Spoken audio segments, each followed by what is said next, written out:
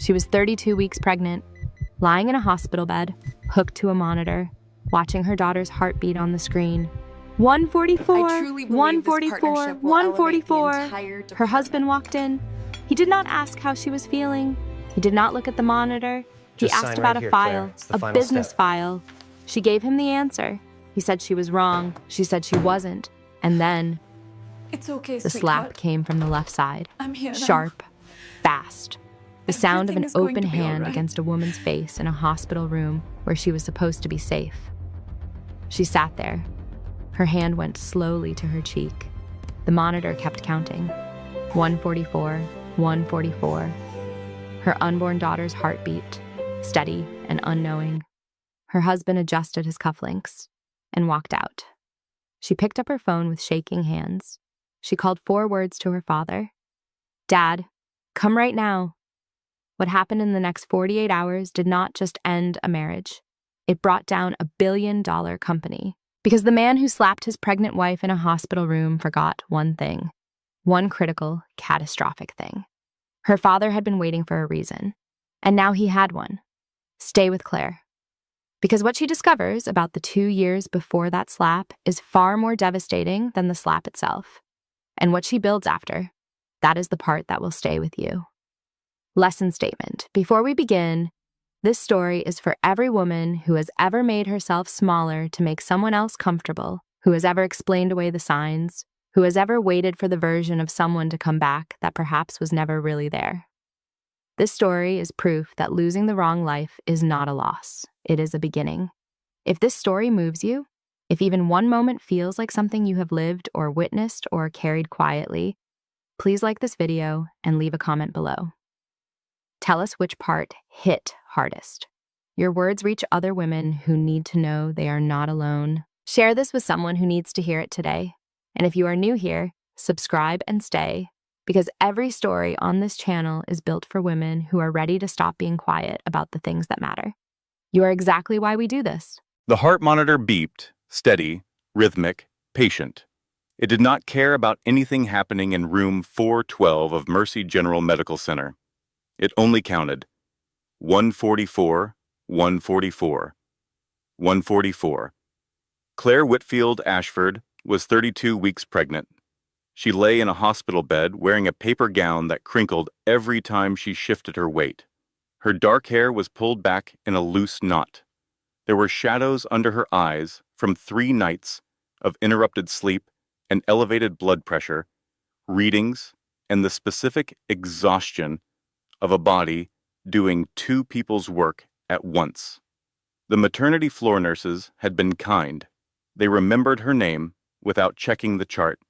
They brought extra pillows without being asked. Nurse Dorothy Merritt had spent 20 minutes the night before just sitting with her, not talking, while the monitoring equipment ran its quiet checks. The fluorescent overhead light was less kind. It buzzed faintly and made everything look slightly more clinical than it needed to. Claire was watching the monitor above her bed, the one tracking her daughter's heartbeat, 144 beats per minute, steady and strong and indifferent to the rest of it. She had been watching it for 20 minutes when the door opened. Brennan Ashford came in without knocking. He was 38 years old and stood 6 feet 2 inches and wore a dark charcoal suit that cost more than most people's monthly rent. His tie was still knotted perfectly. His cufflinks caught the fluorescent light. He had come from the office. He had not stopped to change or to prepare any particular expression for this room. He did not say hello. He did not ask how she was feeling. He set his phone on the bedside table, looked at the monitoring equipment with a brief, assessing glance, and said, "Where are the Delacroix files?" Not a question. The way he said most things. As a statement that expected compliance, Claire looked at him for a moment. "Brennan," she said softly, "I'm on bed rest. My blood pressure has been—" "I know you're on bed rest," he said. "I'm asking about the files. Warren said they weren't in the shared drive. They're in the cloud folder. Delacroix Q4. The subfolder marked final drafts." "That's not what Warren told me. Warren is wrong. The room changed, not loudly, not with any particular visible shift, but something in the air tightened. The way air tightens before weather comes. Brennan looked at her. "Do not call my CFO wrong," he said. His voice was very quiet. The kind of quiet that is louder than raised voices, because it means the person speaking has decided not to waste energy on volume. "Brennan, I built that filing system. I know exactly where—" "Claire." She stopped. He looked at the monitor, at the number, 144. Then he looked back at her with the expression she had learned, over 4 years, to recognize. The expression that meant he was calculating something, what could be said, what could be controlled, what the situation required of him. "You embarrassed me," he said, "in front of the board, yesterday when you called in and contradicted the Delacroix projections. That was not appropriate.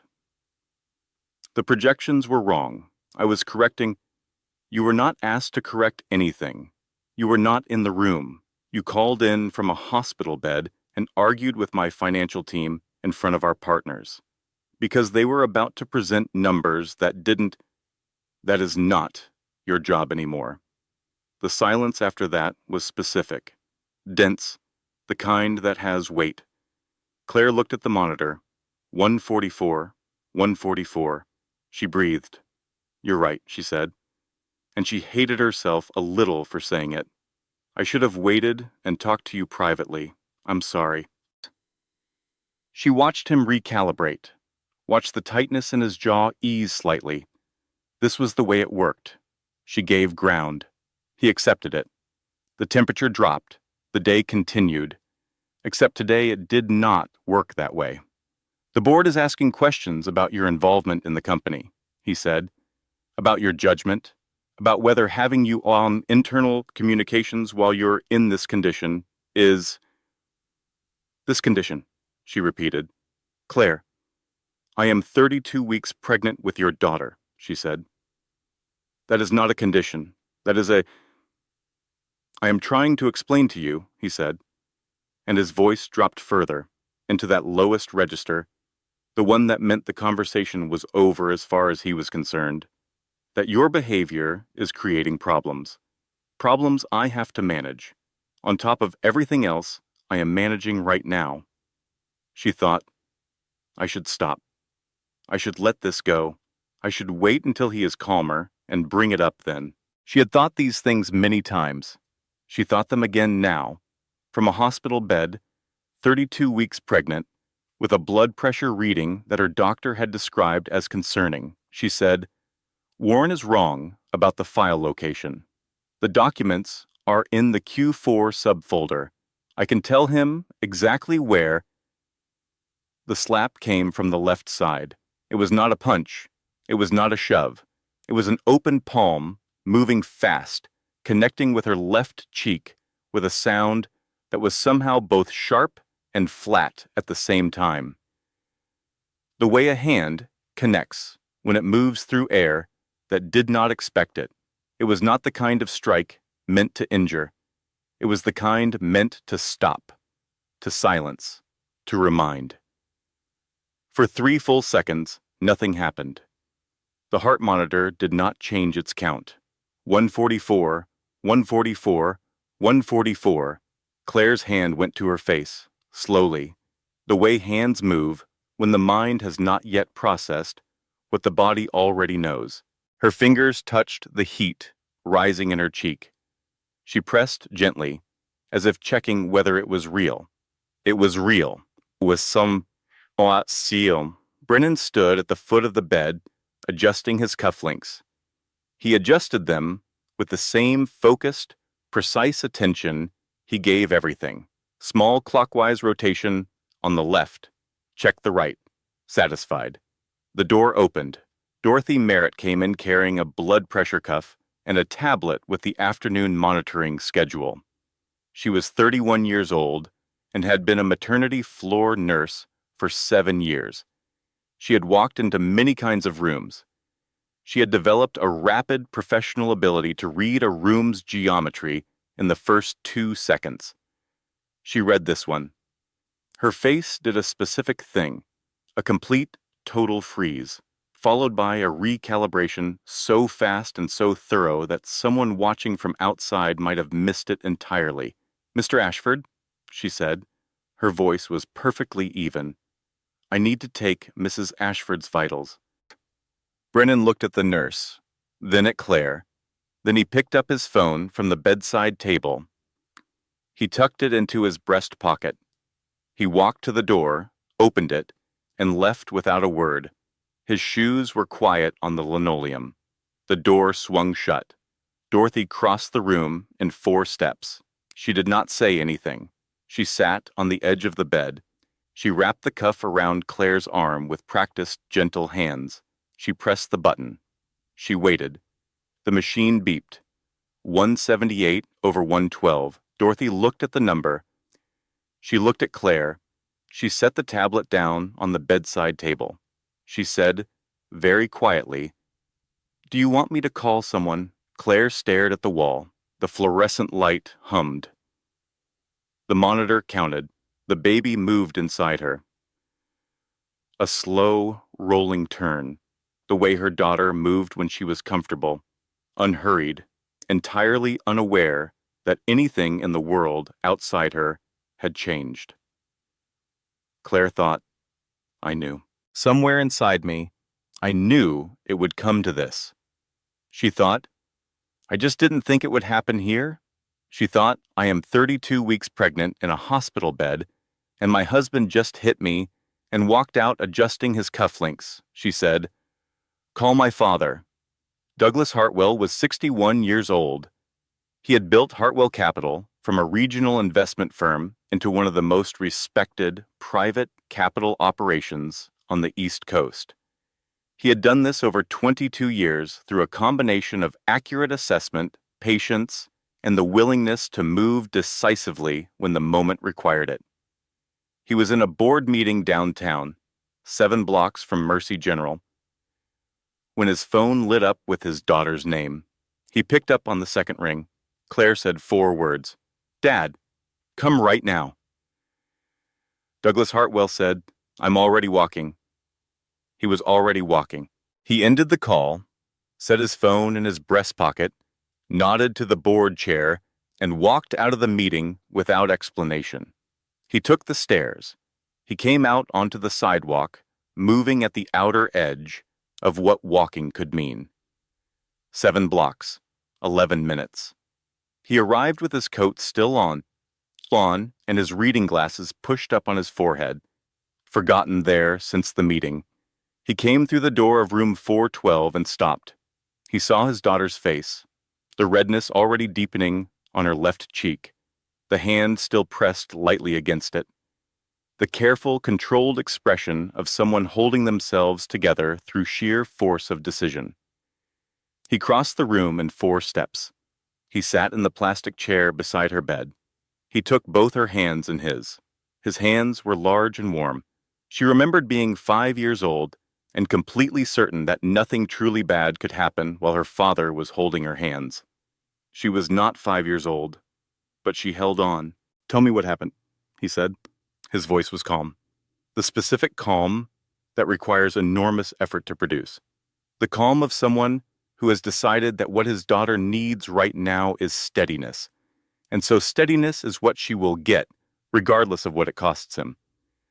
She told him the files, the cufflinks, the register of voice she had learned to fear, the 3 seconds of nothing, her hand going slowly to her face. When she finished, Douglas was quiet. The monitor counted 144, 144. "Has he done this before?" Douglas asked. Claire's silence answered the question. "Not like this," she said. She was still watching the monitor, the 144 steady pulse of her daughter. Not. He never. It was always the other things. Douglas did not push. He waited with the patience of a man who had spent 61 years understanding that the most important information rarely arrives when you demand it. And then it came, not in order. Not as a tidy account, as a flood. The kind of flood that happens when the last brick in a long, maintained wall gives way and everything held behind it rushes forward with no regard for sequence or gentleness. The phone. First year of marriage. She had woken at 2 a.m. and reached for the glass of water on the nightstand and found Brennan sitting up in the dim light, her phone in his hand, scrolling through her messages with the calm, methodical focus of someone completing a task. She had sat up. He had looked at her. He had not been embarrassed. He had not been startled. He had simply looked at her with that neutral, assessing expression and said, "You shouldn't leave your phone unlocked." As if it was advice. As if she had asked for it. She had not known what to say. So she had said nothing. And the silence had closed over the moment like water over a stone, and they had both lain back down, and in the morning it was as if it had not happened at all. She had told herself it was insecurity from his first marriage. She had told herself she understood him in ways others did not. She had told herself that understanding someone's damage was the same as accepting it, and that acceptance was the same as love. She had been wrong about all three. The dinner party, 2 years in, the Ashford estate in Newton, 18 people around a long mahogany table, the third course. She had made a comment about commercial real estate trends in the Northeast Corridor, her actual area of expertise, her career before she transitioned into Ashford Group's internal operations at Brennan's strong suggestion, which had been framed as an opportunity and had felt, at the time, like being chosen. She had made an accurate, interesting observation. Brennan had laughed. Not a small laugh, not a surprised laugh, a deliberate, full turning to the table laugh. The kind engineered to be witnessed. He had said, "Claire reads a lot of articles." And then he had continued the conversation as if she had not spoken. 18 people at the table. She had smiled. She had reached for her wine glass. She had not said another word about real estate that evening. She had not said much else at all. The pregnancy announcement. She had decorated their bedroom with small, soft lights. A single handwritten card on the pillow. "We're having a baby." She had spent an hour choosing the right words. She had been trembling with the good kind of nervous, the kind that comes from wanting to give someone something precious. He had come home. He had read the card. He had looked at her. He had said, "I hope this doesn't affect the Delacroix timeline." Then he had kissed her forehead and gone back to his laptop. She had stood in the decorated room for a long time afterward, the small lights still on, the card still on the pillow. She had assembled an explanation. "He processes things differently. He will come around. I am being too sensitive. He loves me in ways he doesn't know how to express." She had constructed a fleet of explanations and sailed away on them, and she had not looked back at the shore she was leaving. "Dad," she said slowly. Douglas waited. "I think I knew. I think somewhere inside me. I always knew something was wrong." She paused. "I kept waiting for the version of him I married to come back." Douglas said, "Was he ever that version?" The question landed like a stone in still water. The ripples moved outward and did not stop. She did not answer immediately. Because the honest answer, the one she was arriving at, for the first time in full daylight, was this. She did not know. She had been so focused on waiting for a man to return that she had never quite confirmed whether he had ever been there to begin with. God, I was so stupid, she thought. The signs were all there. Douglas did not say she was not stupid. He was too intelligent and too honest to offer that particular comfort, which would have required her to argue against it, which would have been its own exhaustion. He held her hands. Outside the room, in the corridor, Dorothy Merritt was at the nurse's station. She was completing the incident report that hospital protocol required Whenever there was reason to believe a patient had experienced physical harm, she was thorough. She noted the time, 2:17 in the afternoon. She noted the circumstances, the visible redness on the patient's left cheek, the blood pressure reading of 178/112, the presence of the patient's husband at the time of the nurse's arrival, his departure immediately following. She noted the security camera, positioned in the hallway, the one whose angle she had observed over 7 years of working this corridor, captured a partial view through the small interior window of room 412. She flagged the report for Dr. Patricia Odom. She pressed submit. She sat for a moment with her hands flat on the desk. Then she stood up and went back to work. Because that was what you did. And because the things that felt like not enough were sometimes the things that mattered most. Margot Sills arrived 43 minutes after Douglas. She was 31 years old, sharp-tongued, fiercely loyal, and drove the way she did most things, fast and with complete confidence in her own judgment and occasional alarm to other road users. She had gotten a call from Douglas on his way from the parking garage. The call had lasted 45 seconds. She came through the door of room 412 and stopped. She looked at Claire's face, at the fading redness still visible on her left cheek, at the careful architectural composure Claire was maintaining, at the way Claire was holding her body in the hospital bed, very still, as if stillness was the only way to keep everything from moving too fast. Margot set her bag down on the floor. She said, very quietly, "I have been biting my tongue for 3.5 years. Claire looked at her. "I know. I'm not biting it anymore." "I know that too." Margot sat down on the edge of the bed, not in the chair. On the actual bed, the way she had sat on Claire's dorm room bed in Boston University's Harrington Hall 13 years ago when they were 19 and the world was still mostly full of things that had not happened yet. She did not immediately embrace her. She just sat, present, certain, without performance. After a moment, Claire leaned her head on Margot's shoulder. The monitor counted. 144, 144. In the hallway, Douglas stepped away from the door. He took out his phone. He dialed from memory. The line picked up on the first ring. "Arthur?" Douglas said. His voice had changed. It was not louder. It was denser. The quality of a material, under pressure. More itself. Harder. More permanent. "Cancel everything you have today.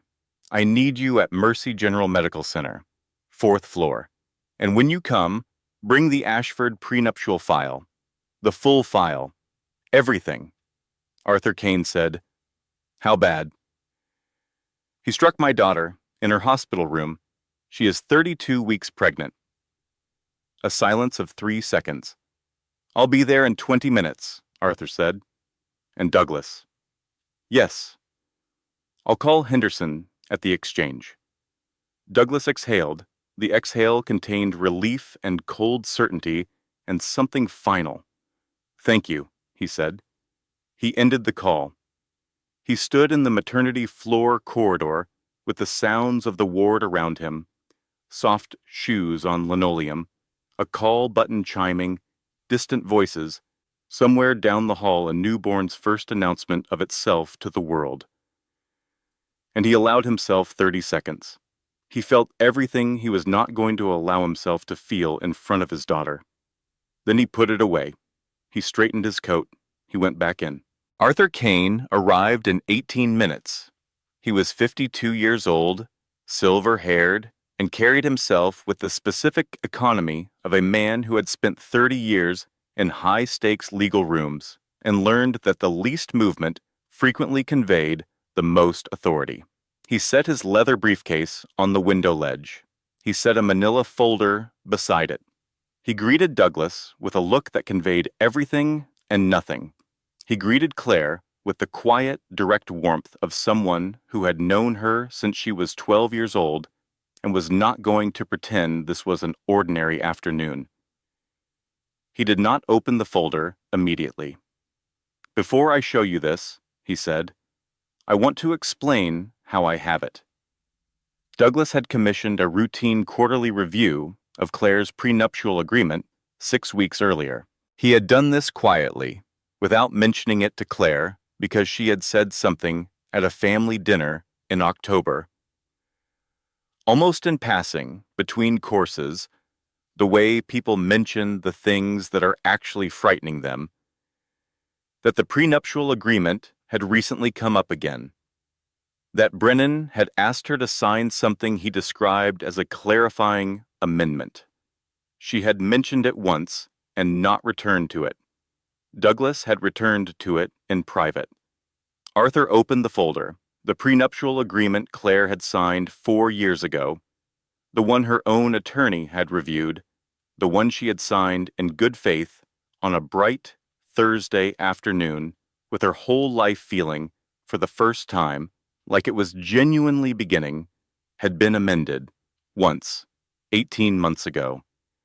The signature on page 7 was hers. She recognized it instantly. The particular slope of the C, the way the W connected to the H.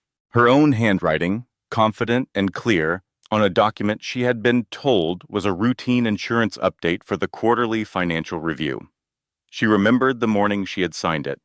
She had been coming off 3 days of severe morning sickness. She had barely been able to sit upright. Brennan had brought the papers to the kitchen table, along with a glass of water and 2 crackers. He had said her regular attorney had already reviewed the revisions. He had said the financial advisor needed it before the end of the quarter. He had said it was nothing that required her to read the whole thing again. She had signed where he pointed. She had trusted him. "The amendment," Arthur said carefully, "strips you of any claim to Ashford Group shares in the event of voluntary separation. It reduces your settlement to a fixed amount described in the language as equivalent to 2 years of household management contribution." He named the number. Claire stared at it. "It also restructures the definition of marital assets," Arthur continued, "in a way that excludes several investment accounts opened jointly after the wedding, accounts that, under the original prenuptial terms, would be considered shared property." The room was very still.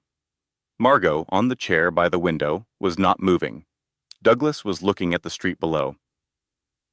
"He planned this," Claire said. Not a question, not an accusation delivered with heat.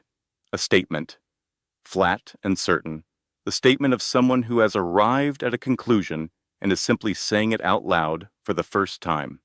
"The timing of the amendment," Arthur said, "combined with a change to his life insurance beneficiary that I discovered this morning, which also removed you approximately 6 months ago, suggests a deliberate pattern. Financial restructuring in anticipation of separation." "He planned this," Claire said again. Her voice had not changed volume. It had changed quality. The way water changes quality when it goes from moving to still. Arthur said, "The good news is, the amendment may not hold. You signed under conditions that could constitute misrepresentation of document content. The claim that your attorney had reviewed the revisions is false. I spoke with your original attorney this morning. She has no record of seeing this document. She was never contacted." He paused. "Additionally, your father's financial records show that a substantial portion of Ashford Group's Series B capital was backstopped by Hartwell Capital 7 years ago, before your marriage. That leverage exists." Douglas said from the window, "The leverage isn't the point." "I know," Arthur said. "Tell me what you need from me. 48 hours, access to Henderson at the exchange, and Claire's authorization to proceed." Both men looked at her. She was holding the document. Page 7. Her own signature at the bottom, written on a morning when she had been sick and grateful and trusting and trying so hard to be the kind of wife who did not add to her husband's stress. She set the document down. "You have my authorization," she said. Arthur nodded once. He closed the folder. He moved toward the door. "Arthur," Claire said. He stopped. "The amendment, the insurance, the accounts." She paused. "How long has he been planning this?" Arthur was quiet for a moment. "Based on the documentation," he said, "approximately 2 years." She nodded once. He left. Margot waited until the door closed completely. Then she said, with the careful precision of someone choosing every word, "Claire." "I know," Claire said. "I just want to say, I know, Margot." Margot reached across and took her hand and held it and did not say anything else, because there was nothing else that needed saying right now, and she understood this. Douglas came away from the window. He sat in the chair beside the bed. He put his hand over both of theirs, and they sat together, the three of them, while the monitor continued its count and the afternoon light moved across the wall. Claire looked at the folder on the window ledge. 2 years, she thought.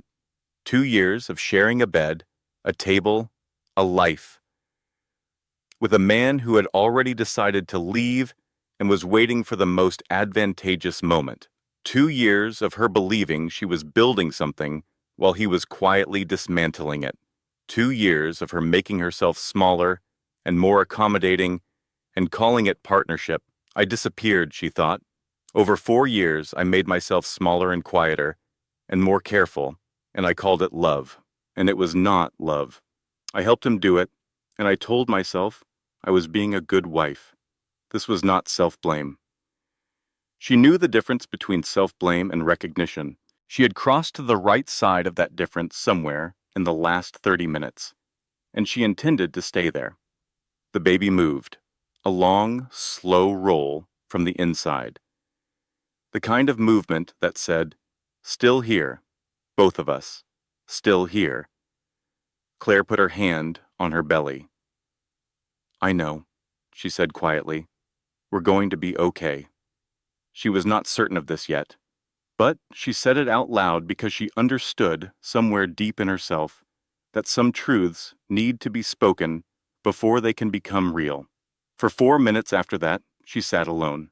Douglas had stepped out to take a call. Margot had gone to find coffee. Dr. Patricia Odom had been in, briefly, reviewed the monitoring strip, and left with the careful, neutral expression of a professional who understood more than she could say in an official capacity. The room was quiet. The monitor beeped. The hallway sounds filtered in. Soft footsteps. A call button. A distant voice giving instructions about medication. She did not think about strategy. She did not think about what came next. She simply sat inside the truth of what she now knew without moving, the way you sometimes have to stop moving entirely before you can understand where you are. She watched her daughter's heartbeat on the screen. 144, steady, certain, entirely her own. Across the city, Brennan Ashford's phone began receiving alerts. The first was from Warren Cole, his chief financial officer of 14 years. "Brennan, call me when you're free.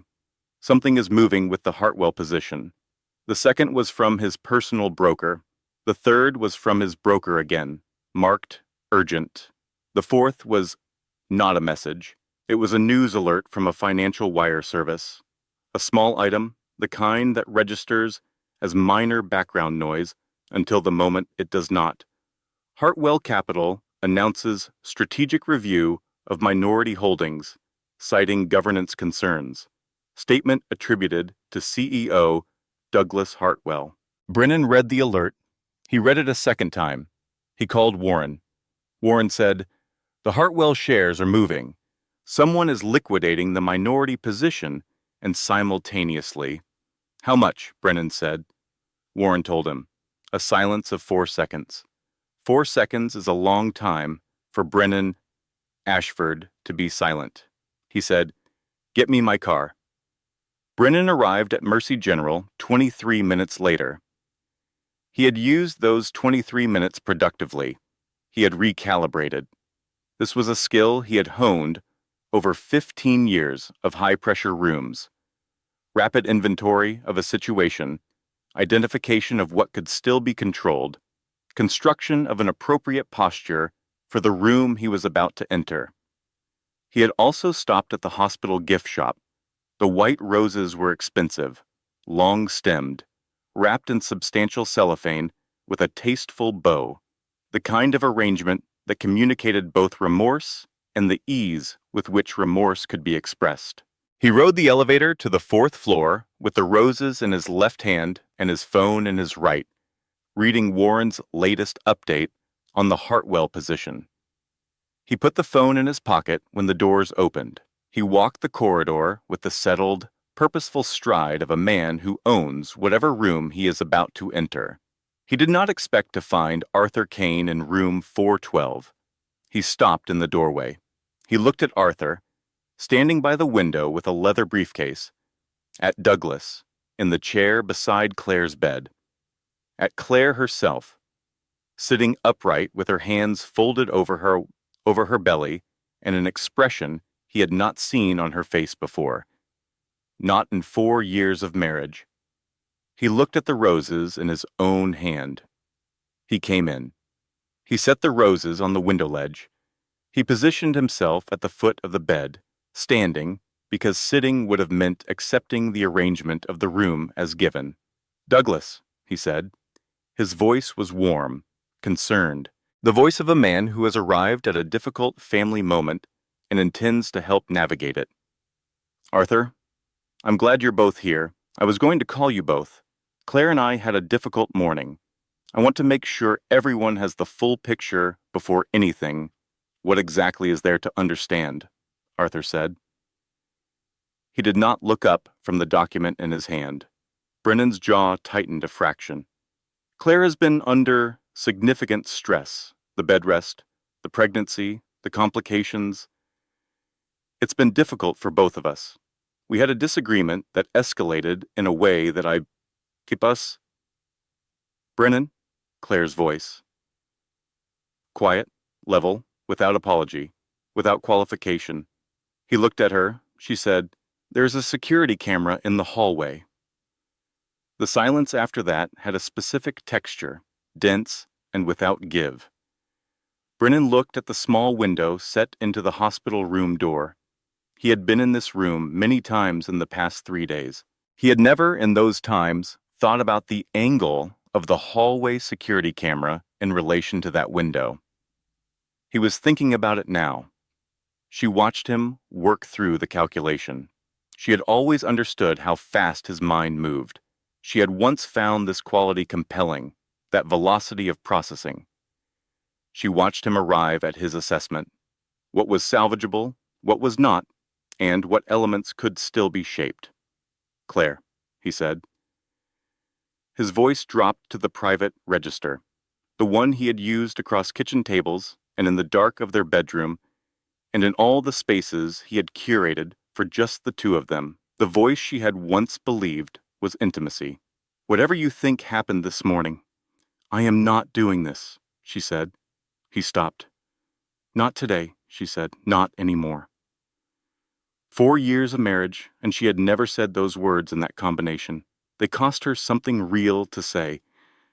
And in the moment after she said them, she felt something return. Small? Certain. Hers. Douglas stood up. He was not the tallest man in the room. He did not need to be. What he had was the quality of complete attention. When Douglas Hartwell focused on something, it knew it was being focused on. "Here is what is going to happen," Douglas said, the voice he used in rooms where significant things were about to change hands. "Arthur has filed a protective order application this afternoon. The hospital incident report is documented. You will leave this room. You will not contact Claire by any means, direct or indirect. All communication will be routed through Arthur's office." Brennan said. That is not. Additionally, Douglas continued, as if Brennan had not spoken, Hartwell Capital is calling its note on Ashford Group's line of credit. The full amount, 30 days. Formal notice will arrive at your offices by end of business today. Something moved through Brennan's face. Not panic. Brennan Ashford did not panic, but a recalibration at a deeper level than the first one. A recalibration that reached further back into the foundations. The note. The morality clause his attorneys had called boilerplate. The clause that had seemed 7 years ago like a small theoretical risk in exchange for substantial capital from his future father-in-law, a gesture of trust and family investment. He understood now what it had actually been, a very long leash held by a very patient man. You can't, Brennan said. The terms don't allow for unilateral...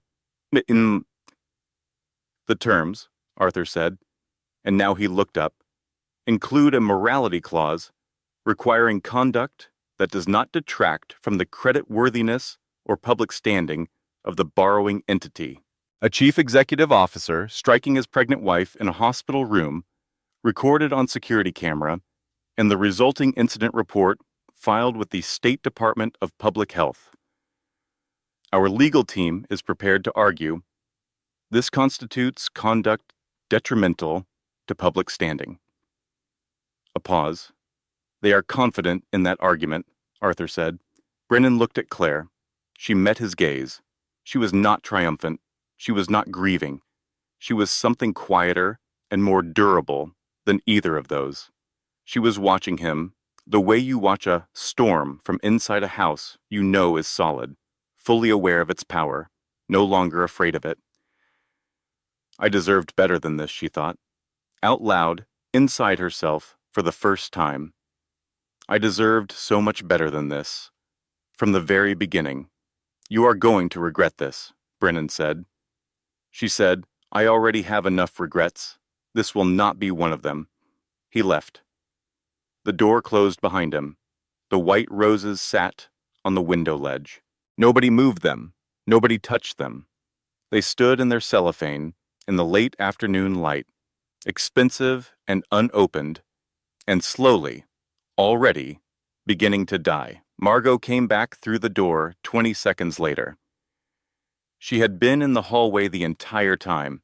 She set 2 cups of tea on the bedside table and looked at the roses and at Claire and at Douglas and said, in the careful voice of someone who has been waiting a very long time to ask, So, are we doing this? Claire looked at her father, at Arthur, now on his phone in the corner, at Margot. She said, We're doing this. And for the first time since Tabgam Tio, 17 in the afternoon, she felt something other than shock. Something small and warm and located somewhere in the actual center of her, moving the way her daughter moved, from the inside, entirely her own. Margot handed her the tea. It was slightly too hot and had too much sugar. Claire did not mention this. She held the cup in both hands and let the warmth come through. In the parking structure across the street, Warren Cole was already on the phone. Brennan, he said, Meridian Fund is following the Hartwell position, and Castlewood just initiated a review of their holdings. This is moving faster than... Hold the Delacroix closing, Brennan said. The Delacroix partners are already seeing the wire reports. They're going to want... Hold it, Warren. A silence. All right, Warren said. He ended the call. He sat in his car in the parking structure and stared at the concrete wall and thought about 14 years, about all the things he had seen and decided were not his place to address. He put the car in drive. He had a war room to get to. Douglas Hartwell did not operate through emotion. He operated through architecture. He had built Hartwell Capital over 22 years through 2 principles: accurate assessment of what something was actually worth, and the patience to wait until the moment when that assessment could be applied most effectively. He was willing to wait longer than anyone expected and to move faster than anyone anticipated. And the gap between those two qualities was where his advantage lived. By the time Brennan's car reached Ashford Group headquarters, Hartwell Capital had already issued its formal statement to 3 financial wire services. The statement cited governance irregularities and material breach of lending covenants. 3 of Douglas's attorneys had worked on it for the preceding 2 hours in a conference room at Hartwell Capital's offices. It was precise. It was legal. It said nothing about the hospital. It did not need to. The story found its own way into the world. Dorothy Merritt's incident report was hospital property. Incident reports involving physical altercations with vulnerable patients were subject to State Department of Public Health review. The review notification was public record. A reporter on the health desk of the Boston Herald noticed it at 3:17 in the afternoon. She was thorough. She made 4 phone calls. She confirmed 3 facts and attributed everything else to public documents. 700 words. Careful. Specific. By 5 in the afternoon, it was online. By 6, it had been picked up by 2 national financial publications. By 7, it had 14,000 search results. Brennan's communications team released a statement at 6:45. This is a private family matter, being grossly mischaracterized by outlets operating with incomplete information. The statement was widely quoted. The phrase private family matter, deployed while the family member in question lay in a hospital bed under blood pressure monitoring, did not land the way the communications team had intended. By 9 that evening, the story had 60,000 search results. Claire was discharged at 4:30. Her blood pressure had stabilized significantly. Dr. Odom reviewed the final monitoring strip, compared it to the readings from the past 72 hours, and attributed the improvement, in the careful, neutral language of official documentation, to the removal of a significant stressor from the patient's environment. She stood at the door of room 412 and took Claire's hand. "I'll be here," she said, "for whatever you need, anytime." Claire held her hand for a moment. She wanted to say something that would be adequate. She could not locate the words. She nodded instead. Dr. Odom understood. Douglas drove her to the Hartwell house in Brookline, the house she had grown up in. She could see it as they turned onto the street. The deep green front door, the garden her mother had tended for 30 years, the kitchen light already on in the early dark. She sat in the passenger seat of her father's car, in the driveway, for 4 minutes after he turned off the engine. She could not go in yet, not because she was not safe, not because she did not want to, but because the house was before, and once she walked through that door, it would become after. She needed 4 more minutes in the space between. Douglas sat with her. He did not speak. He did not look at his watch. He sat with her in the dark of the driveway, the way he had sat with her through difficult things her entire life. Simply present, simply there. After 4 minutes, she opened the door. Lena Hartwell met them in the entryway. 58 years old, gray hair cut short. The expression of a woman who had spent 33 years of marriage to Douglas Hartwell developing the ability to read a situation completely and immediately. She took one look at her daughter and opened her arms. A complete embrace, both arms. No words. She smelled like rosemary and warm laundry, and something underneath was some of those things that had no name but had always meant safety. Claire put her face against her mother's shoulder and came completely undone. Not dramatically, not loudly. The quiet kind of falling apart that happens when you have been holding something together through sheer architecture of will and you finally reach the place where you do not have to anymore. Lena held her. She did not speak. She did not rush. She did not say it was going to be okay. She was too intelligent and too honest to make promises about the future when her daughter needed help surviving the present. She held her. When it was over, they went to the kitchen. Lena made coffee. The kitchen smelled like the kitchen had always smelled. The green walls, the garden visible through the window in the gathering dark, a plate of crackers and cheese on the table. The simple thing Lena always produced when someone in her family needed something to do with their hands. They sat. They did not talk about Brennan. They did not talk about strategy or legal filings or stock movements. Lena told a story about the neighbor's retriever that had gotten into her herb garden that morning and eaten most of the parsley. Claire almost laughed. It was close enough. Across the city, Ashford Group's war room was not going well.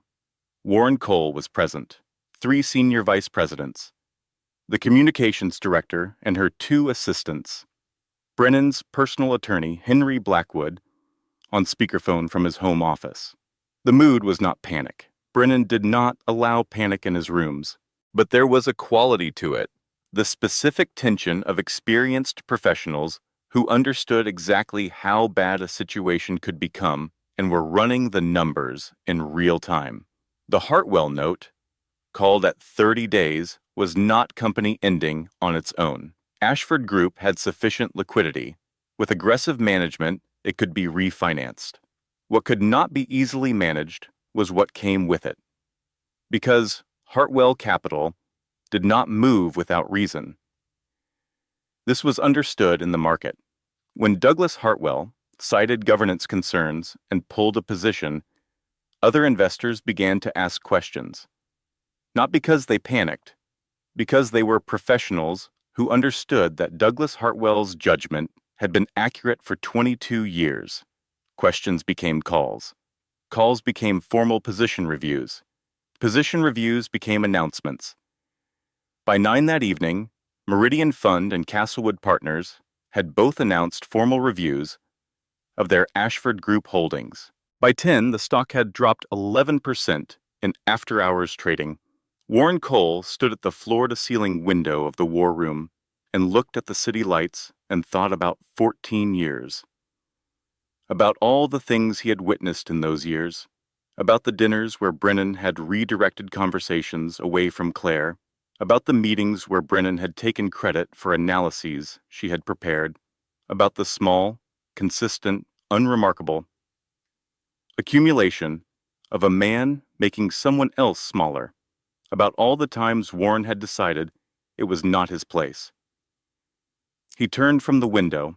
He said, in the war room, in front of 14 people, in the flat voice of a man who has decided that having a place is less important than saying a true thing.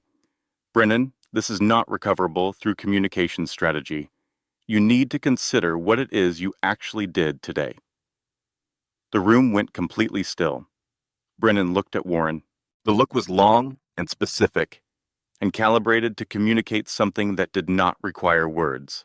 He said, "You're off the Delacroix account." Warren picked up his jacket from the back of his chair. He picked up his laptop case. He looked at Brennan one final time with the expression of a man who has been carrying something heavy for a very long time and has just set it down. "All right," he said. He walked out. The door closed. Nobody in the room spoke. Brennan turned back to the whiteboard, where the communications strategy was outlined in blue marker. He uncapped the marker. He added a line. "Continue," he said. His hand was steady. His voice was steady. Only the line on the whiteboard was slightly wrong, angled down where he had intended it to go straight. But nobody in the room mentioned this, because nobody in the room was going to be the next person to say a true thing tonight. In a South End apartment, a woman named Vivian Cross sat on her sofa with her phone in her lap. She was 34 years old. She had been, or had believed herself to be, the tense felt complicated now, sitting here with the news story open on her phone. Brennan Ashford's girlfriend for 14 months. She had known he was married when they met.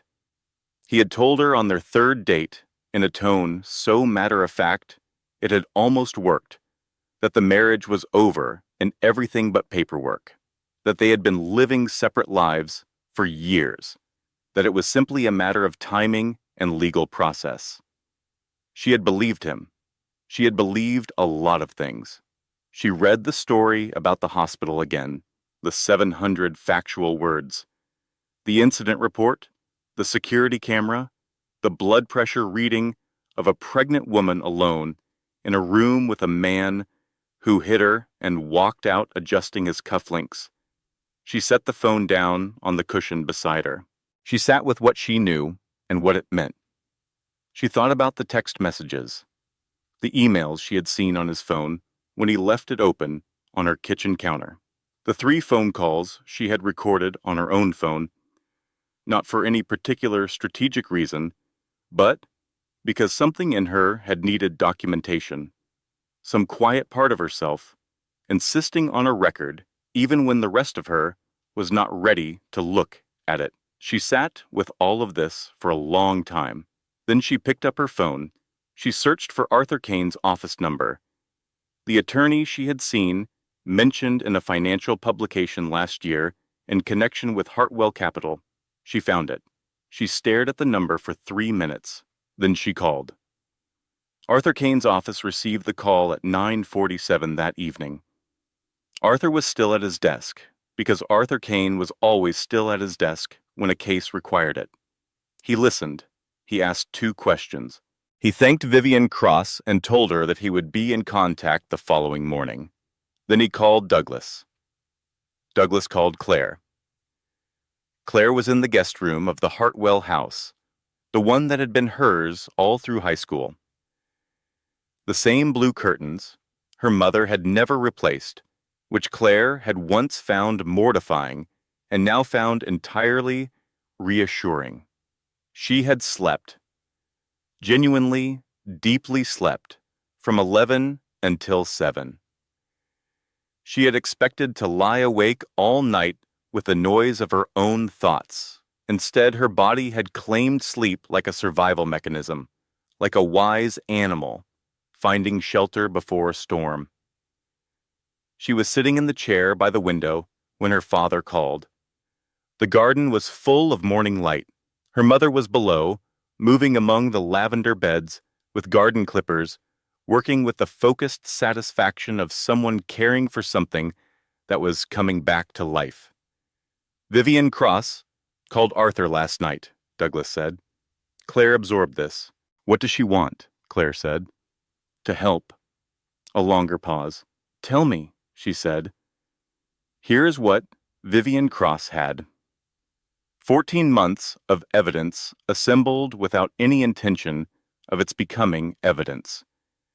Text messages in which Brennan outlined plans to restructure Ashford Group's share distribution before the baby was born, changes that would have eliminated Claire's indirect, beneficial interest.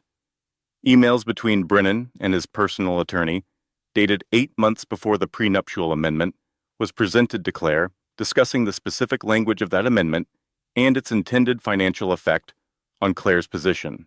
And 3 phone calls, recorded in Virginia where one-party consent applied, in which Brennan discussed his intention to pursue sole custody of the child after separation, on the grounds, as he put it, of the mother's emotional instability. He had been planning this for longer than 2 years. He had been planning it before the baby was conceived. Arthur read Claire the summary. He read it carefully and completely, without editorial comment, because he understood that what she needed was the information in its plainest form. When he finished, she was quiet. She looked at the lavender in the garden below, her mother's careful hands among the purple-gray stalks, coming back after the winter. Still sparse, still tentative, coming back. Then she said, "Is she all right, Vivian?" Arthur said, "She seems, yes." She said she didn't know about you at the beginning. When she found out, he told her the marriage had been over for years, that he was waiting for the right moment to finalize things. He would say that, Claire said. She also said... Arthur paused. She wanted me to tell you that she's sorry. She asked me to convey that specifically. Claire was quiet for a moment. The lavender, the morning light, her mother's hands. Tell her I heard her, Claire said. And tell her thank you. She ended the call. She sat for a moment in the blue-curtained room with the morning coming through the glass. She let herself feel the full strangeness of it, that the person who had most directly wronged her had become, entirely of her own choosing, someone who wanted to help, that grace could arrive from directions you had not prepared for. She went downstairs. The kitchen smelled like coffee and her mother's presence. She sat at the table. Outside the window, the garden was brightening. The lavender, the parsley, still recovering from the neighbor's dog, making its patient way back. She thought about what she wanted. Not strategically, just plainly. What she actually wanted, the way a person wants things, when they have finally stopped managing their own desires into acceptable shapes. She wanted her daughter to be safe. She wanted her daughter to know, from the very beginning, what safe felt like in a room. She wanted pale green walls in the baby's room. She wanted Margot's voice on the phone. She wanted Sunday dinners with her parents and coffee that was reliably good, and the sound of the city outside a window that was hers. She wanted to find the version of herself who had existed before Brennan, the one who had opinions about real estate and said them out loud and did not immediately look around the table to see if they had been welcome. She thought that version was still there. She thought she had been very quiet for a long time. She thought she was ready to be loud again. She drank her coffee. That afternoon, Brennan violated the protective order. He called her cell phone at 11:14. She watched it ring and did not answer. He called again at 11:19. She silenced the call. At 11:22, he sent a text. We need to talk. Not through lawyers. Just us. Please. She took a screenshot. She sent it to Arthur. Then she put the phone face down on the table and went out to the garden to find her mother. Arthur called 40 minutes later. His voice had a particular quality she was learning to recognize. The quality of someone who has just been handed something they know how to use. He just gave us something, Arthur said. And then, for the first time since this had begun, Claire, we're in a very strong position. She noticed the word we. She filed it. She said, tell me what comes next. Tomorrow, Arthur said, I meet with the board's independent counsel. 3 days after the hospital, Ashford Group's board of directors convened an emergency session. Brennan arrived at 7:58 for an 8 o'clock meeting. He arrived the way he always arrived to important rooms, slightly early, immaculately dressed, projecting certainty with the practiced ease of a man who had spent his entire adult life being the most prepared person in any given space. He carried his leather portfolio. He wore the dark charcoal suit, the one reserved for rooms where outcomes needed to be shaped. He had slept 4 hours and looked as if he had slept 8. He came through the boardroom door and stopped. The composition of the room was not what he expected. 3 independent board members he had considered reliably in his corner were seated on the far side of the table, away from their usual positions. They were seated beside 2 members he had never considered allies. This new arrangement had a geometry, a specific, unmistakable geometry that an experienced board veteran would recognize in the first 3 seconds of reading the room. It was the geometry of a decision that had already been made, a meeting called not to deliberate, but to formalize. Brennan Ashford was a very experienced board veteran. Richard, he said to the board chair, what is this? Richard Paulson was 71 years old. He had chaired boards across 4 industries over 40 years. His expression had the particular flatness of a man who had been in enough difficult rooms to have stopped finding them dramatic. "This is your board, Brennan," he said. "Please sit down." The meeting lasted 2 hours and 17 minutes. Brennan spoke for much of the first hour. He was articulate, composed, and precise. He had prepared. He presented his perspective on the media coverage as opportunistic and operating on incomplete information. He characterized the Hartwell action as a personal grievance by a family member operating under emotional duress rather than legitimate governance concerns.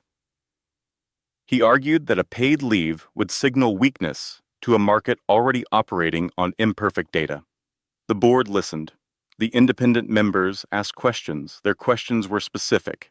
They referenced documents, the incident report, the security camera footage, which the hospital had provided to their legal team under subpoena, the timeline of the prenuptial amendment, the life insurance beneficiary change, the communications strategy documents from the evening of the initial news story. They had all of this. Brennan understood, partway through the second hour, that this material had not been assembled quickly. It had been assembled carefully by people who understood what they were looking for and had been given the resources to find it. He understood who had provided those resources. At the end of the 2 hours and 17 minutes, the board voted 7-2. Mandatory paid leave, 30 days, pending a complete governance review and forensic audit of internal financial transactions to be conducted by an independent firm. Warren Cole appointed interim chief executive officer, effective immediately. The announcement drafted by the board's legal team, reviewed by outside counsel, to be released to wire services at 4:15 that afternoon. Brennan walked out of the boardroom at 4:23. He walked through the office, through 23 floors of a company he had built, past the assistants who found reasons to look at their screens, past the analysts who studied their monitors with concentrated focus, past the senior vice presidents who managed, with varying degrees of success, not to be the one who made eye contact. He walked to the elevator. He rode down. He walked through the lobby and through the glass doors and out onto the sidewalk. 2 photographers from financial publications were positioned on the sidewalk. They did not pursue him. They documented. His hand going to his face, his car arriving slightly too quickly, the small, undignified hurry of a man who had spent his entire career controlling how he was seen, exiting a building where he would never again be the most important person in the room. Claire did not watch any of this. She was on the floor of the guest bedroom of her parents' house, assembling a crib. It had arrived that morning, ordered by Lena, who had taken Claire to a baby furniture store in Newton 2 days earlier on the grounds that forward motion is the best medicine for standing still. The crib was pale wood with clean lines and curved side rails. The instructions were 28 pages long and included a step that appeared to have been written for a different piece of furniture in a different country. Margot was helping. Margot's help consisted of sitting cross-legged on the floor, reading the instructions aloud in progressively more elaborate voices, a news anchor, then a nature documentary narrator, then what she described as a very tired Scandinavian furniture designer, and handing Claire tools at the wrong moments and saying, "I'm pretty confident that's upside down," about things that were definitively right side up. But she was there, and she was making Claire laugh. Not the careful, performed laugh of dinner parties and business events, the real kind. The kind that comes from somewhere in the actual middle of you and surprises you when it arrives. It was the most ordinary thing that had happened in 5 days. It was the best thing that had happened in 5 days. By 5:30, they were done. The crib stood in the corner of the room by the window. Pale wood in the late afternoon light. One side rail sat a millimeter lower than the other, a consequence of the baffling Step 14, which neither of them had fully decoded. But it stood. It held. It was ready. Margot stood back and looked at it with her hands on her hips. "We built that," she said, with the genuine satisfaction of someone who has accomplished something difficult. "You handed me the wrong screwdriver 4 times, Claire said. "I was providing emotional support in screwdriver form. It's a different skill set." Claire looked at the crib, at the pale wood and the curved sides and the slight imperfection in the lower rail. The baby moved, a firm, deliberate push against her ribs. The movement that meant her daughter was awake and paying attention and had opinions about her current situation. Claire put her hand flat on her belly. Something happened in her face. Something that had been wound very tight for a very long time began, almost imperceptibly, to ease. Margot saw it. She did not comment on it. She reached over and put her arm around Claire's shoulders, and they stood together in front of the crib in the late afternoon light and just looked at it, the thing they had built, the thing that was ready. Douglas came to the doorway a while later. He stood there looking at the room, at the crib in the corner, at the late light catching the pale wood. He was quiet for a moment with the particular quality of a person absorbing something they did not expect to feel so strongly. "What are you going to name her?" he said. The list on Claire's phone was gone. She had deleted it 2 days ago. Every name on it had been chosen in a different life by a different version of herself. She looked at the crib. "Elena," she said, "after Mom. Her middle name will be Elena." Douglas made a sound. Not a sob, nothing as large as that. Something smaller and more complete. He nodded once. He looked at the crib for another moment. "She'll like that," he said. His voice was careful. "Even. Very much." That night, Claire lay awake in the blue-curtained room at 2 a.m, not from anxiety, not from crisis, from the particular wakefulness of someone who is almost at the edge of something, who can feel the approach of it without being able to see its shape yet. She thought about the monitor in room 412, 144, 144. She thought about the document with her signature on page 7. She thought about Brennan, walking out and adjusting his cufflinks, and she thought about 4 years of making herself smaller and quieter and more careful, and she thought about the dinner party where she had stopped talking about real estate. She thought, "I was so afraid of who I was becoming in that marriage. I was afraid that if I stayed much longer, I would disappear entirely, that there would be nothing left that was actually mine." Then the other thought, the one that was arriving more steadily now, more certain each time it came. But I became this instead. She put her hand on her belly. Her daughter shifted under her palm. Awake at 2 a.m, apparently, was a trait they shared. She breathed. She stayed. The prenuptial amendment was challenged in family court 3 weeks after the hospital. Arthur had built the case with the methodical care he brought to everything. The notarization irregularities were the foundation. The notary public who had executed Claire's signature was employed by Brennan's personal attorney's office. Independent notarization, by definition, required independence. The claim that Claire's own attorney had reviewed and approved the revisions was contradicted by that attorney's records, her calendar, her emails, and her sworn statement that she had never been contacted regarding any amendment.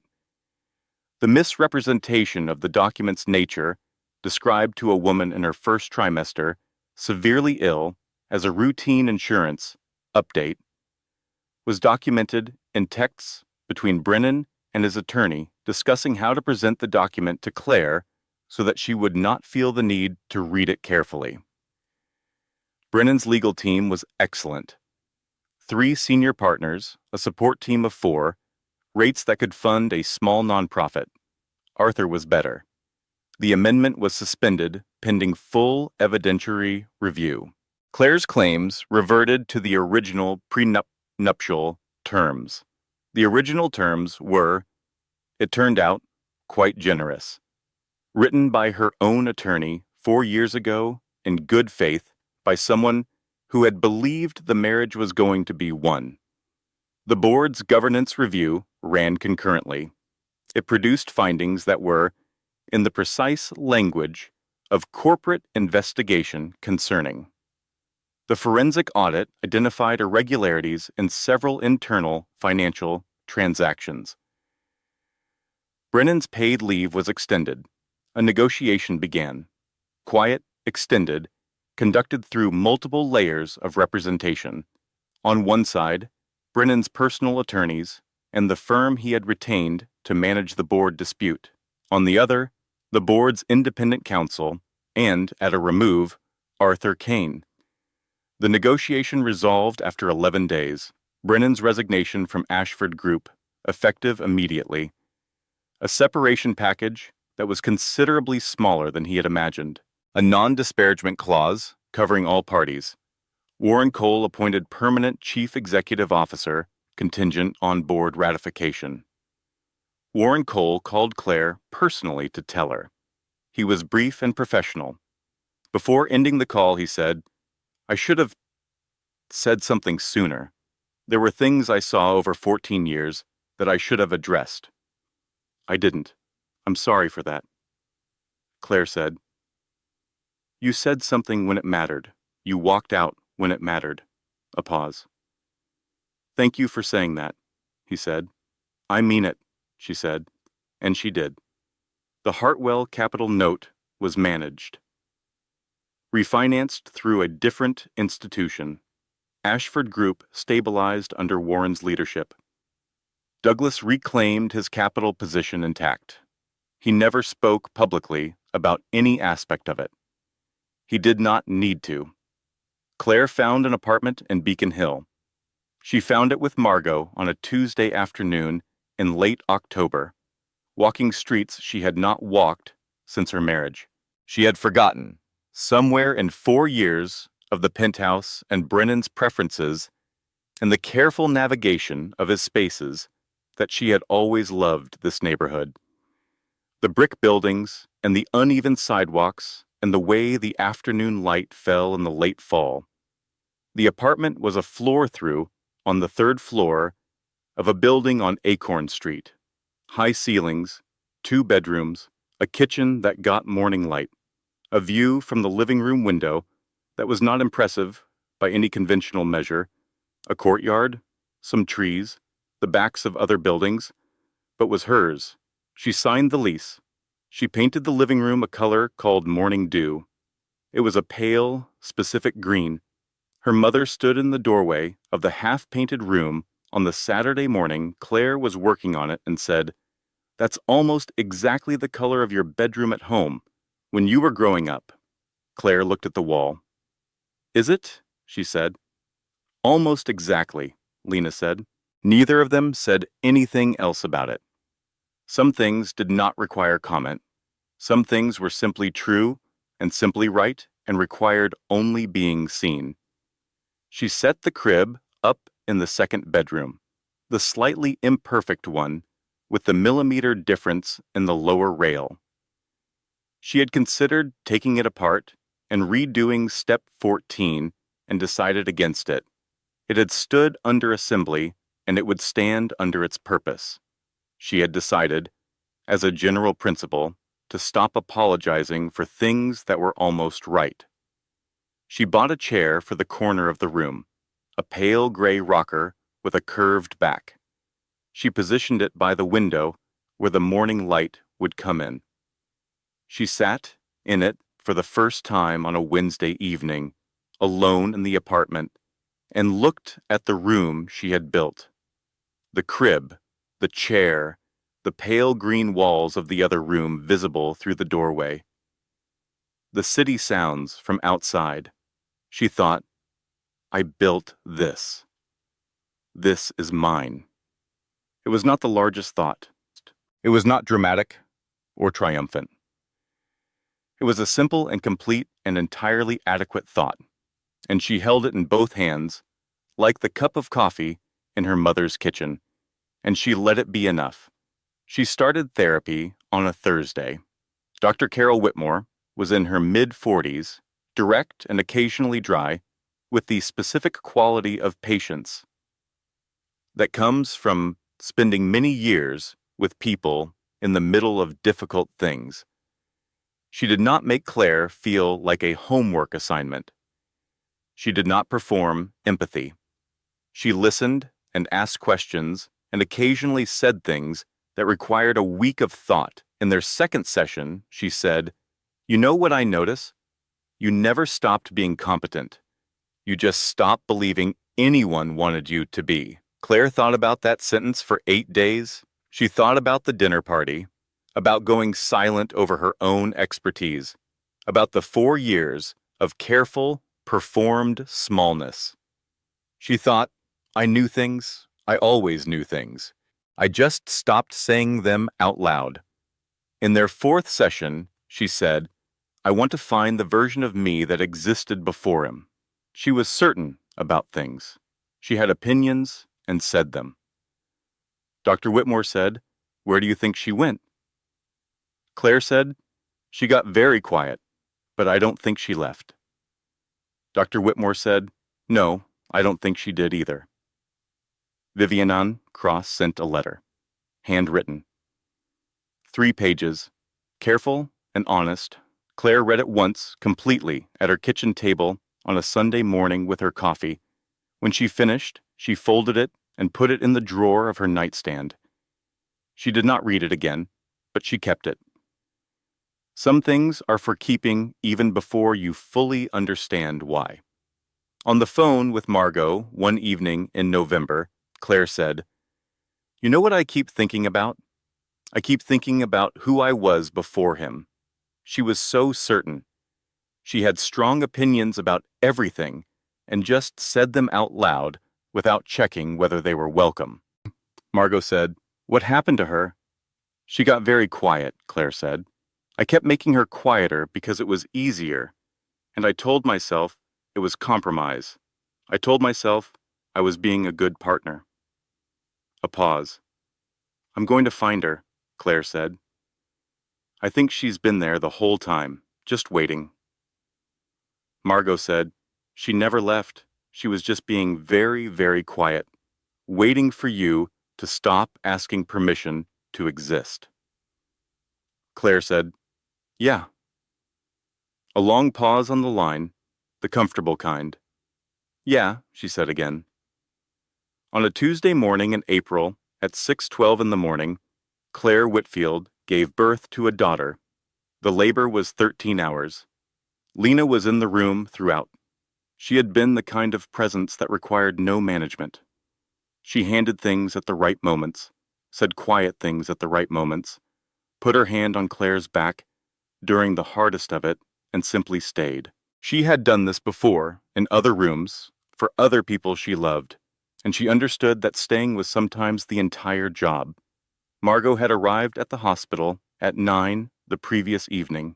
She had come equipped with a tote bag containing 2 kinds of crackers, chamomile tea, and regular tea in case preferences changed. A paperback novel she would not open, but whose presence she found morally supportive, and a small stuffed rabbit purchased from the hospital gift shop downstairs. She described the rabbit as being for the baby, but also for herself, emotionally, which Claire understood completely. She sat in the waiting area and sent text messages.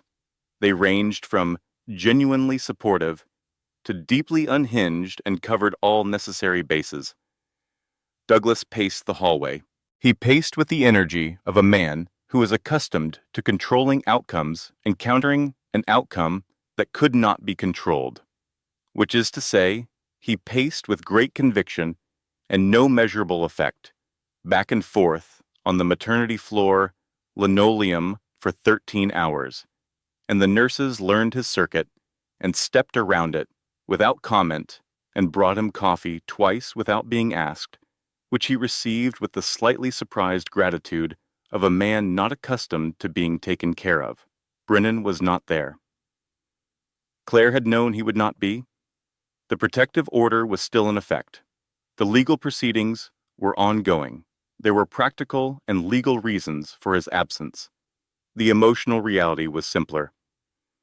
Lying in the delivery room at 4 a.m, in the particular clarity that sometimes arrives in the middle of the hardest physical experiences, she thought, "There is no one in this room performing. There is no one I need to manage. There is no one I have to become smaller for." There was just the work, and the people who loved her. And then, a cry. High, clear, astonished, as if Elena herself could not believe the audacity of this. As if she had arrived in the world and found it immediately surprising and was registering this surprise at full and honest volume. Lena laughed. Full and complete and immediate. The laugh of a woman who has waited a long time for a particular sound and has finally heard it, and who, in the next instant, was crying, openly and without apology, in the delivery room. The tears of someone who has been holding hope for a long time and has just been given permission to put it down. Lena Hartwell cried in that room and did not apologize for it, and it was one of the most beautiful things Claire had ever seen. Douglas was brought in. He stood at the side of the bed. He looked at his granddaughter, very small, very red, entirely unimpressed by her recent transition from interior to exterior existence, which she was making known through ongoing vocal commentary.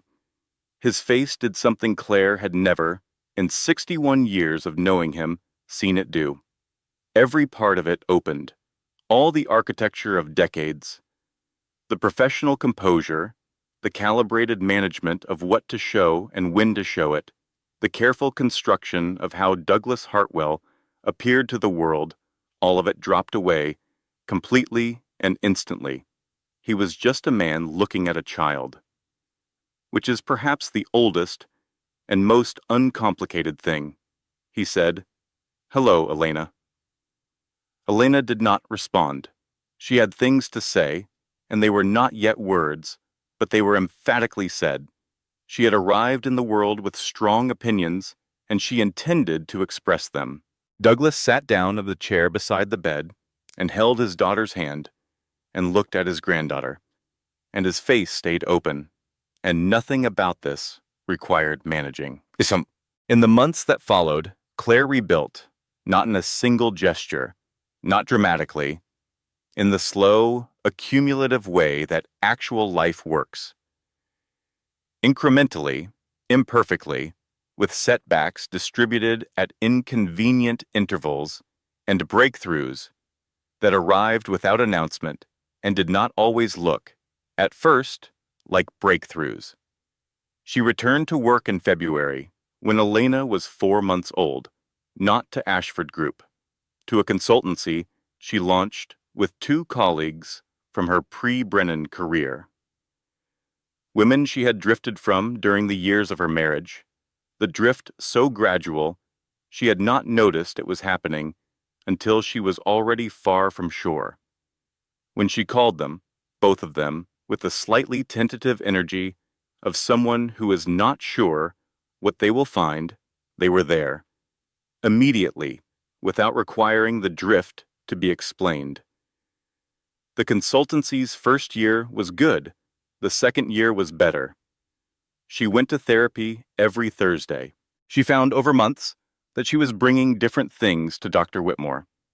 Not the acute things, the documentation and the grief and the reckonings, the quieter things, who she was becoming, what she wanted the next 10 years to look like, the version of herself she was rebuilding, which was not entirely the same as the version that had existed before. Because you cannot move through something like this and come out the other side unchanged, and she had stopped trying to. She was not entirely the person she had been before Brennan. She was someone who had been through something. She was someone who had learned things she would not have chosen to learn. She was someone with edges that had been made by experience rather than intention. She was, she thought, on a Thursday afternoon in Dr. Whitmore's quiet office, more entirely herself than she had ever been. She did not date. Not that year. Not yet. She understood that not yet was a timing word and not a permanent state, and she did not confuse the two. The Beacon Hill apartment became, over months, entirely hers in the way that only time can make a space yours. She knew which window caught the morning light and which one got the afternoon. She knew that the coffee was reliably good if you let it bloom for 40 seconds before pressing. She knew that Elena, in her slightly imperfect crib, slept best with the white noise machine on the low setting and the hallway light left on in a crack under the door. She knew these things the way you know the things that are actually, genuinely, completely yours. Douglas and Lena came for Sunday dinners. These became, over months, the rhythm by which she measured the week. The green walls of her parents' kitchen and her mother's cooking, and Douglas in the chair by the window, holding Elena in a way that suggested he had been doing this for decades, rather than months. Elena knew his voice early, the way infants know the things that have been consistently warm and present. She would turn toward the sound of him when he came through the door, toward the particular frequency of Douglas Hartwell's voice saying her name. He mentioned this only once, and only quietly, and only to Lena, sitting in the kitchen after Claire had gone home on a Sunday evening. "She knows my voice," Lena said. "Of course she does." He did not say anything else about it. He simply received it.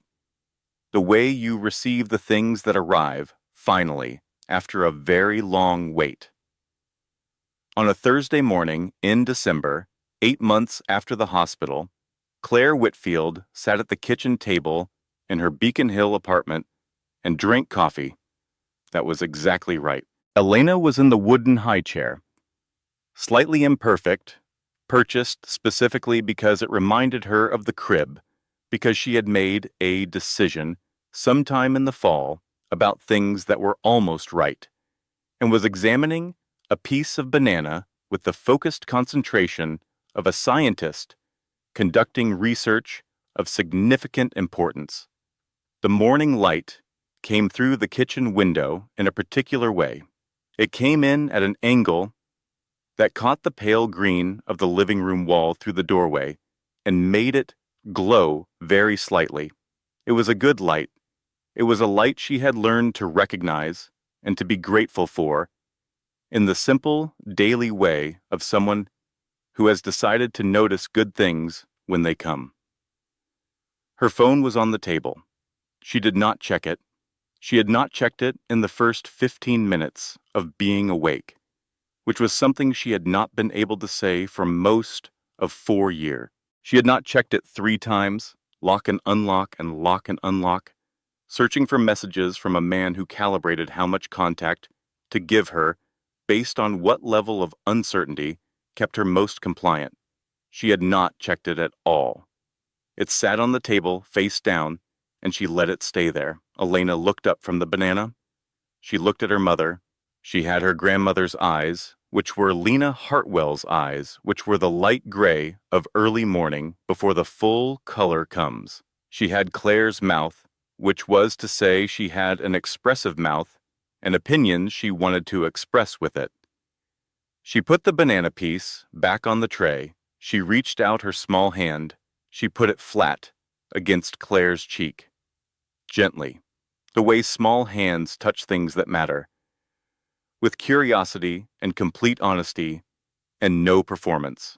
The way someone who has not yet learned that the world expects you to want things quietly touches the face of the person who is, so far, her entire world. Claire closed her eyes. She felt the small, warm weight of her daughter's hand against her face. The same cheek, the same face, that had been touched once in violence and was being touched now in love. And she understood, with her eyes closed in the morning light, that this was what healing actually looked like. Not the dramatic moment, not the triumph in the boardroom, or the judgment from the bench, or the stock ticker going the right direction. This ordinary, entirely sufficient morning, she thought about room 412, the heart monitor counting 144 while her husband adjusted his cufflinks. The cold shock of it, her hand going slowly to her face. She thought about the parked car in the driveway, the 4 minutes she had needed before she could go inside to the place that was safe.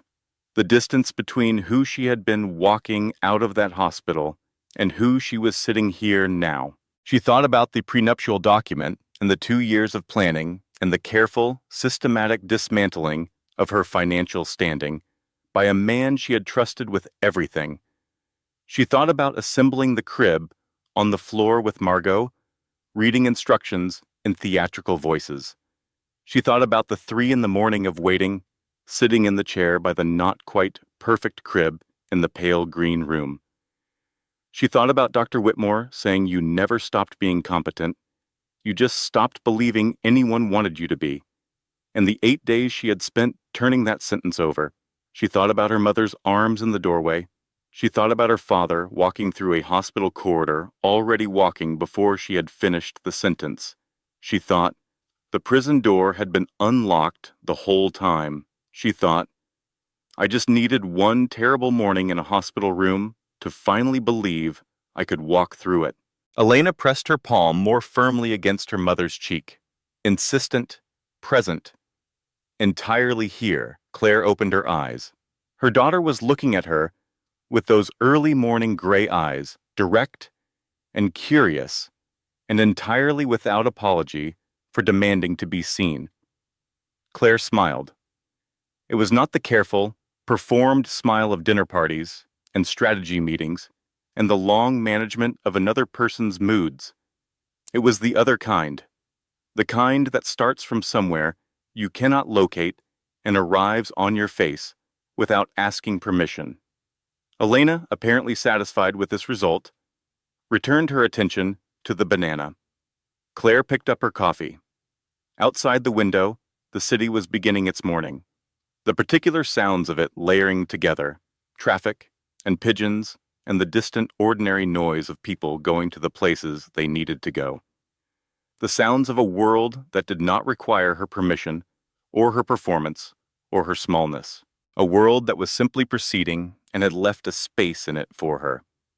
She sat with her coffee and her daughter in the morning light. She thought about Margot, who would call at some point today because Margot called every other day with the reliability of a person who understood that showing up consistently was not a grand gesture, but a practice. She thought about Sunday dinner at her parents' house and Douglas in the chair by the window in her mother's garden, coming back every spring with the reliable insistence of things that know how to return from the cold. She thought about the consultancy and the meeting she had Thursday afternoon and the proposal she had drafted Tuesday evening after Elena went to sleep, sitting at the kitchen table with the city quiet outside, her own expertise in her own hands, saying what she knew out loud to a blank document without checking whether it was welcome. She thought, I found her, the version of herself she had been looking for, the certain one, the one with opinions, the one who said things out loud. She was not entirely the same as the version that had existed before. She was something that had been formed by all of it, by the love she had given genuinely and the trust she had given unwisely, and the 4 years and the hospital and the document on page 7 and the crib and the 3 in the morning and the lavender and the morning dew walls and the coffee that was finally, reliably, exactly right.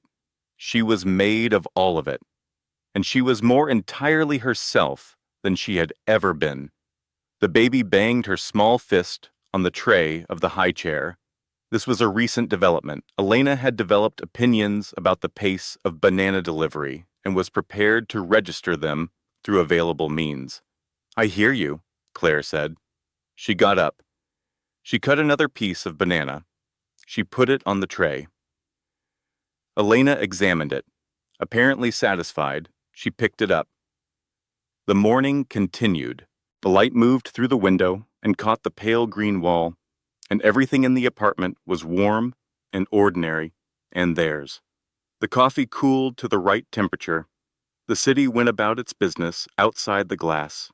Elena conducted her research into the properties of banana, and Claire Whitfield sat in the kitchen of her life, the one she had built, the one she had chosen, the one she had made from the materials of a very difficult year, and let herself be completely, quietly, entirely present in it. Starting over, she had learned, was not what it looked like from the outside. It did not look like triumph. It did not look like the moment the verdict came down, or the moment the stock dropped, or the moment Brennan walked out of a building he would never run again.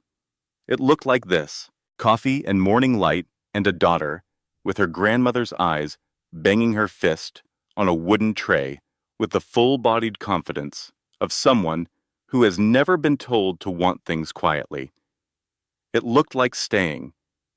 It looked like being here, in this ordinary morning, entirely yourself, with nothing you need to perform, and no one you need to manage, and no smaller version of yourself required. It looked like this, just like this. Closing disclaimer: this content was carefully researched, developed, and manually edited by our team with the sole purpose of delivering meaning, emotional truth, and real-world lessons to our audience. Every story is crafted to remind you that your experience is valid, your strength is real, and your story is never over.